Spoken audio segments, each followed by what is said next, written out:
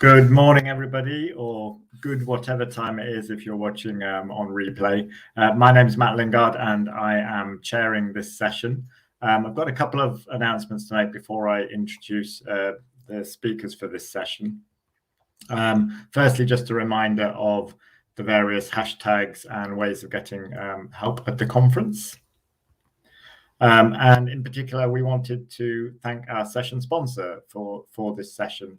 Alt works with a lot of partners and relies on their sponsorship for our events. So this session is sponsored by Talis, and there's a web address there where you can find out more, talis.com/alt.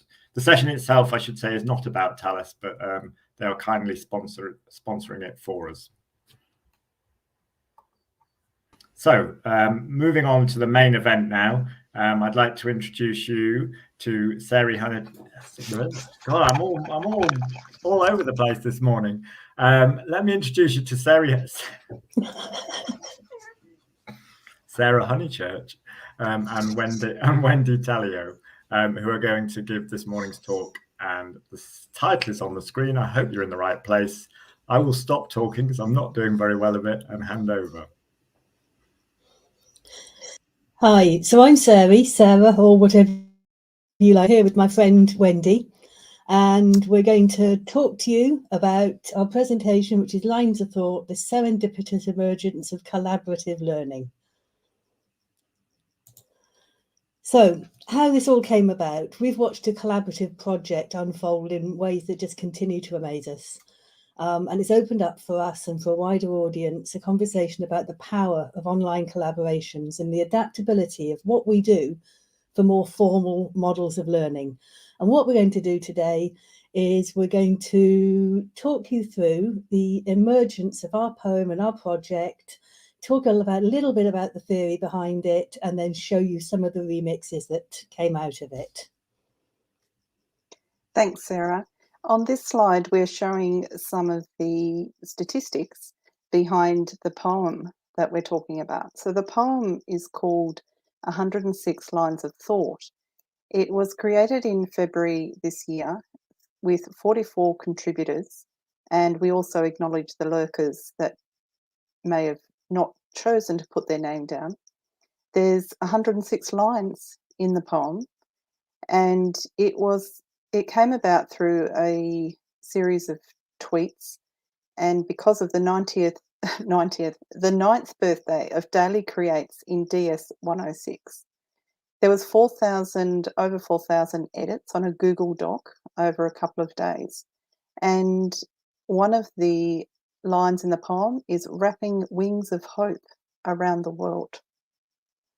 So I'm just going to show you two extracts of this poem that was created. It's a global collaborative poem.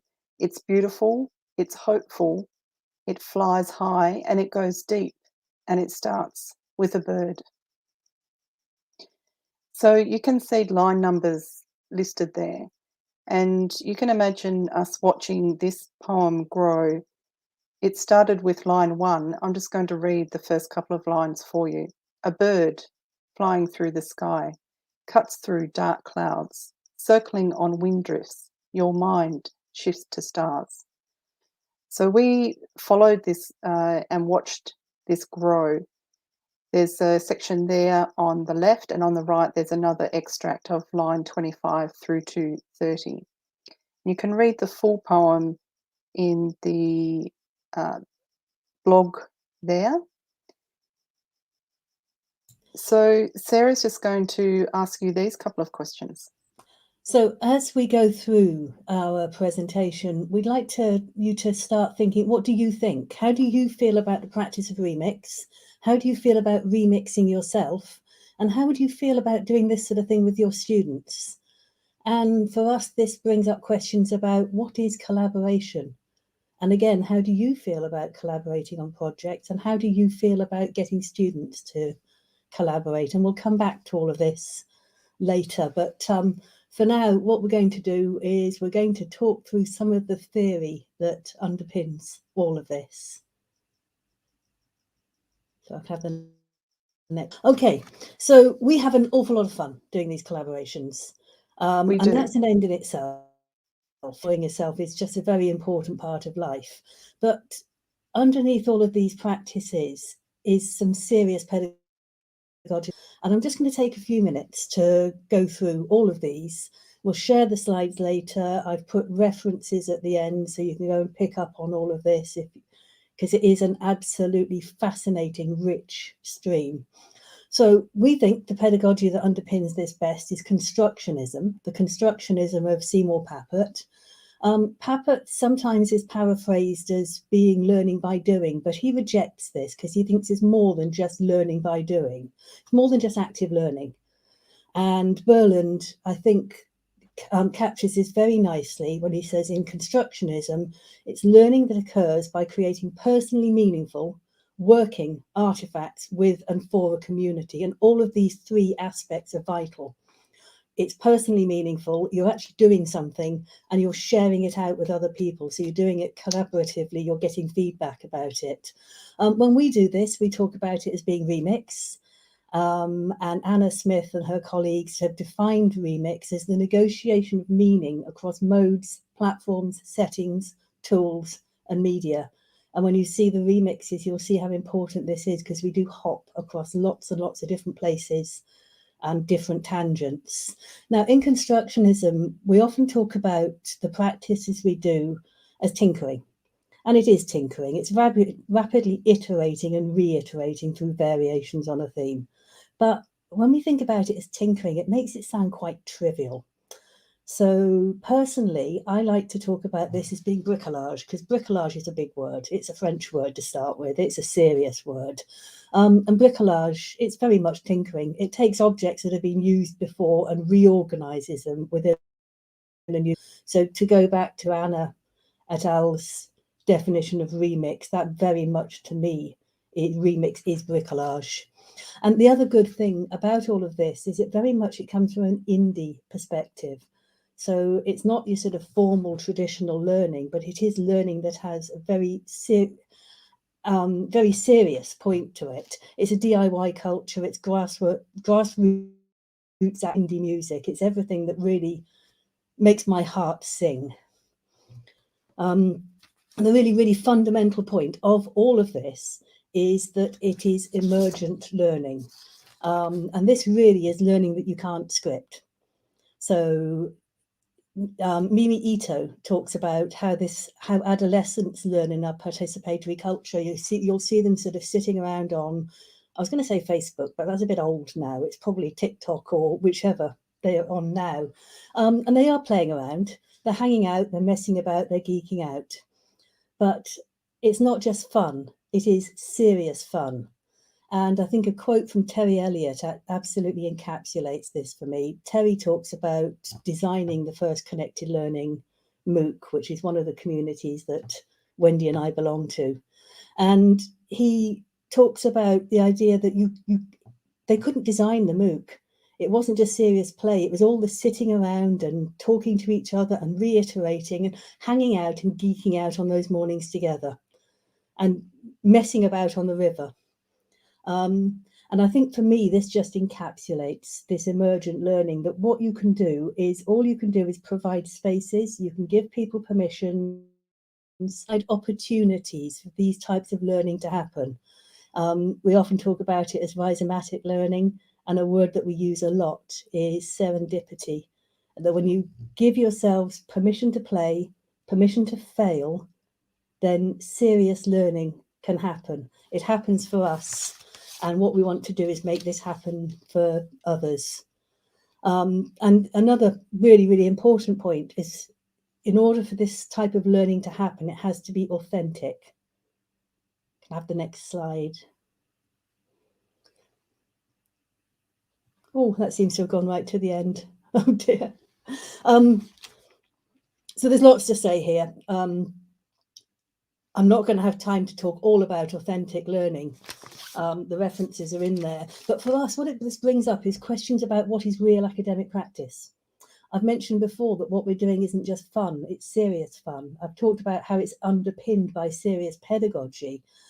for me, what happens when you start to iterate and reiterate around all of these types of play is you can start to uncover the academic practices that sometimes we think are so obvious, but are not obvious to students, and what we often call the hidden curriculum. So you can start to teach people about writing styles, you can start to have alternative types of assessment, you can start to get students playing, having permission to fail, and actually having fun, but doing serious learning.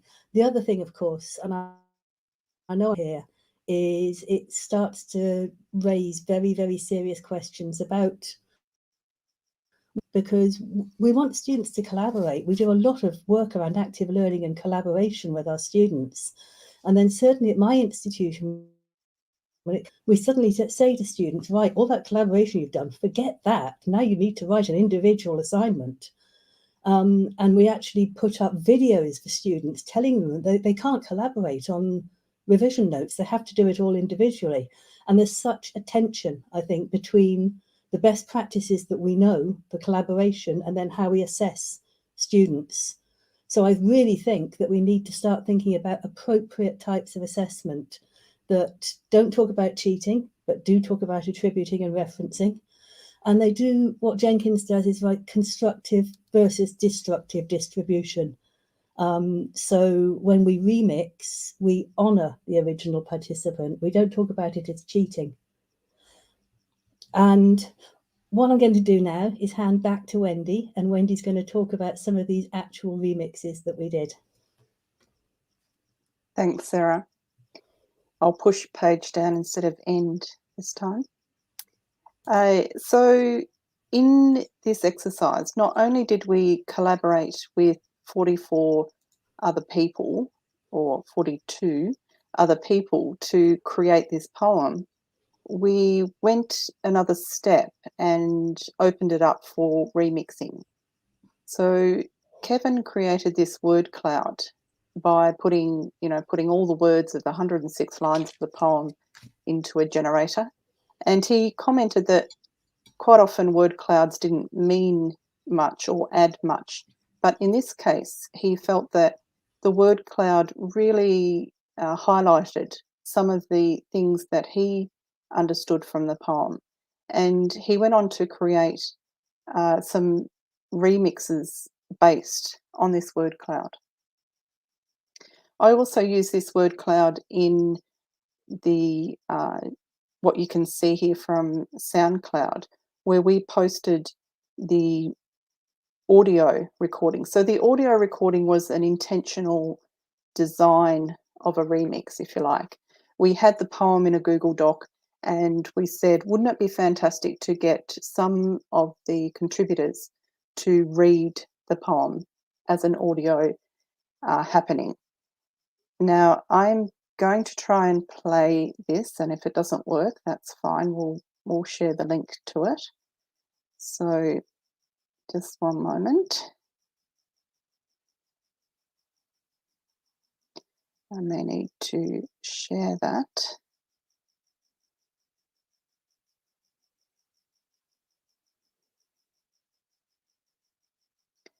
I'm just swapping over to the SoundCloud and just play you the start of this recording. So there's 20 contributors in this recording, and hopefully you can hear that. No, we can't hear it. Okay. That's all right. We'll stop that share and we'll go back to the slides. So the audio recording, what it brought for us was it brought to life not only the poem, but the people that contributed to the poem. Now let me just go back to the slides. And some of the people that contributed to the poem, we hadn't heard their voice for quite a while, even while studying with them. And I found it very evocative to hear the contributors reading this poem. So that was an audio remix. Another remix was from this line number 95, a tapestry of many colours. And what you see there is all the contributors' names using a colour font. And the question here was, does it make us think differently when we use colour for our text? This remix, again, I completed this remix from line 12, now replaced by light. And what I did was I crocheted the poem. So one thing we found with these remixes is that people would use the skills that they have. And I do a lot of crochet. Sarah does a lot of knitting. And what I did was across the top of this light shade, there's 106 stitches. And then for each letter, each character, including the spaces. So the spaces now had a bit of a voice, if you like. I crocheted a single chain for every character and every space for each line. And then the beads that you see there are for all the contributors to the poem. So I have this at my home, and I often think about the poem and what it means to swap from a very coloured variety that you saw in the previous slide in a digital format to this physical make. Now I think the next slide Sarah will talk about.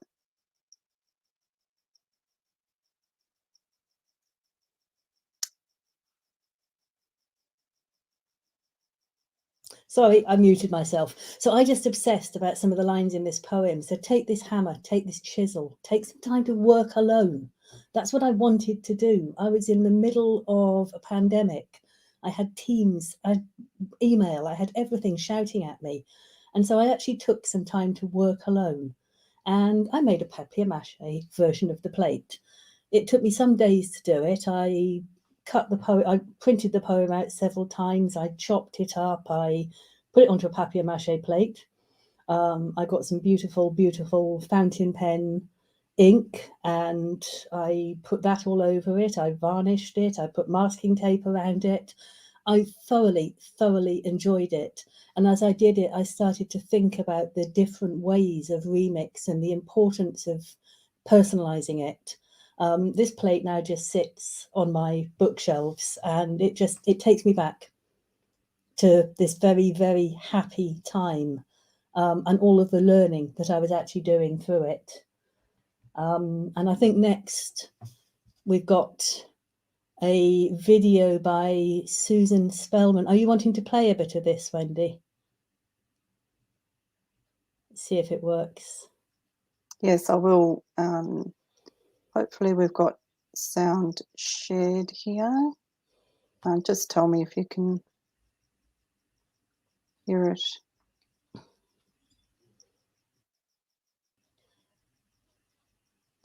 It's very soft audio, so I'm just going to flick through some of the images here.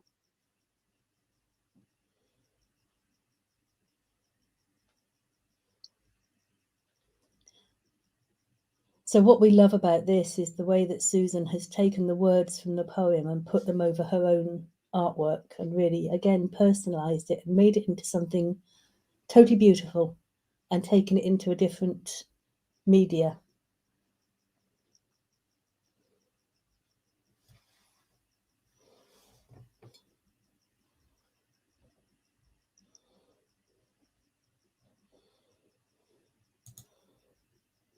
Did you want to say something about the heading of this video?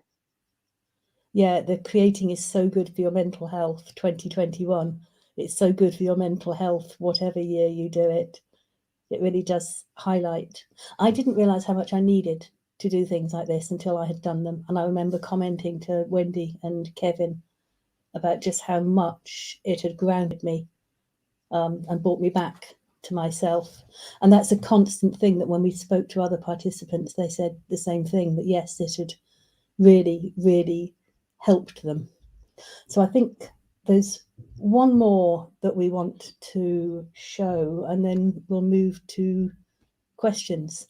So this is another absolutely superb one by Erwin. Erwin has actually written a whole classical version of the Lines of Thought, which again, we don't have time to show it all the way through, and it is very classical, but it's absolutely superb. And we would very much recommend you listen to it. But I think what we want to do now is just prompt some questions from you. I can see Matt's come back on, which means it's time that we hand it over to the audience to do some participation. And what we'd really like to ask is, Wendy mentioned that she does a lot of crochet. I do a lot of knitting. Irvin is a classical composer. Susan is an artist. Each of us have taken this poem where we've taken it into our own medium. So how would you remix the poem?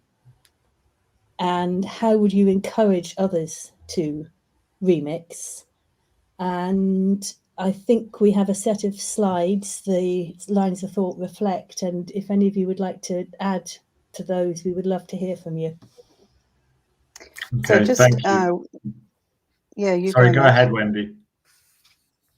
Well, I am looking at the question that you've posed, Matt, and I was going to comment. I'm just going to go back one slide to the musical album, because Irwin put a lot of consideration into the copyright and the shareability, I guess, of the music that he created. So the Bandcamp, he's put it on Bandcamp. It's free to download. It's free to play. There's also an ability to contribute if you wanted to. And you can also see that he's done a remix of a remix, which is the colour font, which I created as a remix. He used that as the cover of the musical album. And I mean, he asked permission, but of course the blog post that I created with the colour fonts is also open and available for people to remix. So I've now missed that question. Did you want to just put it up again? Do you think cautious messaging about copyright plus academics of trying remix projects? Well, where Sarah mentioned about, you know, what's academic, what's an academic project, and all of the contributors in this project are all educators from across the world. I'm based in Central Australia and been working with Sarah and some of the other contributors for a number of years, and some contributors I hadn't worked with before. But I have talked to some of my colleagues here that are they're like, oh, whoa, how can you attribute a poem to 44 people? You know, is my name, if I was a contributor, is my name going to be in your presentation? And that's what encouraged me to put the contributors' names in colour for one of the slides here, because everybody is acknowledged and it's all listed. There's listings of the 44 contributors. But we're not precious about that. We're not precious about, oh, whose name comes first, or should it be in alphabetical order, or should it be in the order of line 1 through to line 6. Was there any other questions from the chat? I think I'd just like to comment on that. Pete, yes, I think it can put people off trying remix. And certainly for me, when I was starting, getting my head around Creative Commons licensing was the thing that took me a long time. And obvious to me what license I would put on. So there probably is a bit of digital literacy that Wendy and I absorb by doing these things. And again, this is very much the learning by doing. And the daily practice, Yes. Sarah, with the DS-106, we've been in a pattern, Sarah probably more so than me, but of doing a daily creative activity, a very short activity that we usually share on Twitter, but it could expand. And this is a project that just expanded from one of those daily creative practices that are open and there's sort of no wrong answer. Great. Thank you, Wendy. I'm really sorry. I'm going to have to just interrupt to draw it to a close because I don't want to overrun, because obviously there's other sessions coming. That was an absolutely fascinating talk, and possibly one of the most beautiful things I've seen there. Some of those artifacts are wonderful, really, really wonderful. So thank you very much for sharing it today. And I know there's been lots of really positive comments in the chat. I hope you take time to have a look at them if you haven't had a chance already. And we really do appreciate the time you will have taken to put this presentation together and to come along today. So thank you so much. And thank you everybody who attended this session and for your input as well. And have a good day, everybody. Thank you. Thank Altsie.